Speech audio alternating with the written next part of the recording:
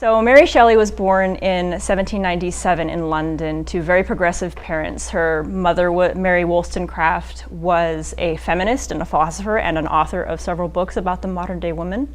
And her father was also a political philosopher, an atheist and an advocate, a professor, generally somebody who lived to the beat of his own drum. And Mary Shelley followed in those footsteps. So Frankenstein is one of 7 novels that she wrote.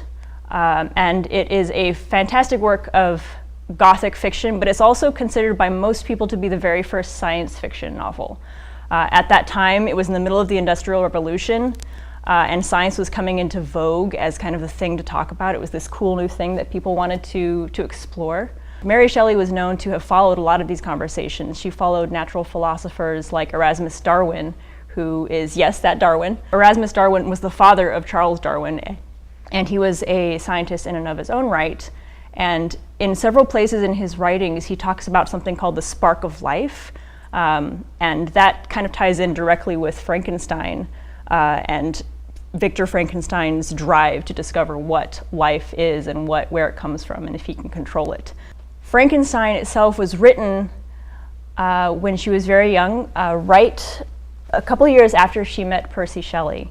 And she took a summer vacation with them. It was Percy Shelley, Mary Shelley, her sister Claire Clairmont, and Lord Byron, who was a poet, a very prolific poet at the time, and his doctor, his personal physician, John Polidori. And it was a summer at a lakeside cabin in Geneva, so kind of picture-perfect paradise, but they were reined in and they couldn't go outside and they couldn't enjoy the summer. So instead they decided to challenge each other to write scary ghost stories.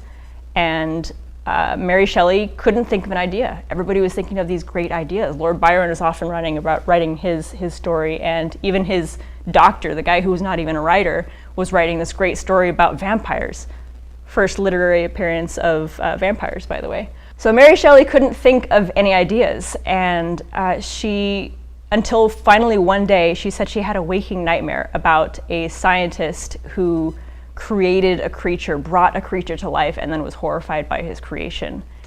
And thus she took off running with Frankenstein. There are actually 3 versions of the novel Frankenstein. She revised the novel twice and republished it. The first was published in 1818 anonymously. The second was published in 1826, and the third and final one, and the one that most people know today, is the 1831 version. And there are actually a lot of changes that happened, drastic changes that happened between the first version and the final 3rd version that some people say it's not even really the same book. Things like she took out a lot of the scientific jargon and the theories that she had included in the first book.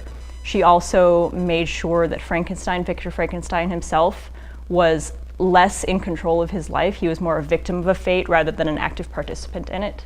And some other things that are really interesting to compare and contrast between the 3 versions. Over the years, Frankenstein has become this incredible icon of world storytelling, and it has gone through, no one knows exactly how many iterations, but hundreds and hundreds, possibly thousands of different versions. The first play was in 1826. It was on stage several times throughout the 1800s. The first filmed version was produced by Thomas Edison in the early 1900s. And then everybody knows the famous 1931 version where the phrase, "It's alive," comes from. It's not in the books. That was the first time it happened. And it's been adapted into plays, poetry, music. It's seen everywhere and in everything.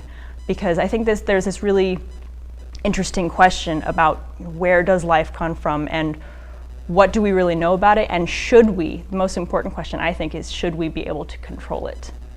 And you can decide some of those things for yourself if you come see the play.